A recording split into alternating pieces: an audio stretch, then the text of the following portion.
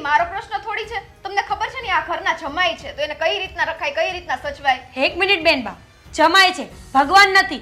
4 મિનિટમાં આટલા બધા બરાડા શું પાડો છો? અરે પાડવા જ પડે ને ભાભી. મારા પતિની અહીંયા સેવા ચાકરી તો કઈ થાતી નથી. તમને લોકોને તો એમ જ છે બસ કે આ ક્યાંથી આ બે પનોતી આ ઘરમાં ગરી ગઈ, જાય તો સારું. એક જ છે મગજમાં. પતિ તમારા છે, અમારે કઈ લેવા દેવા નથી. અને આ ઘરના જમાઈ હોય ને તો જમાઈની રીતમાં રહેવાનું હોય.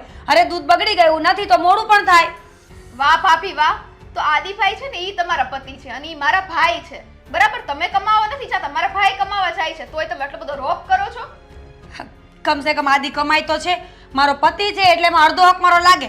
પણ તમે તમારું વિચારો અને તમારું છોડો અશોકભાઈનું વિચારો ને. એ આ ઘરના જમાઈ છે, એનો આ ઘરમાં કોઈ હક નથી. આ હકની વાત ક્યાં આવી ગઈ? તમે જ બોલ્યા ને.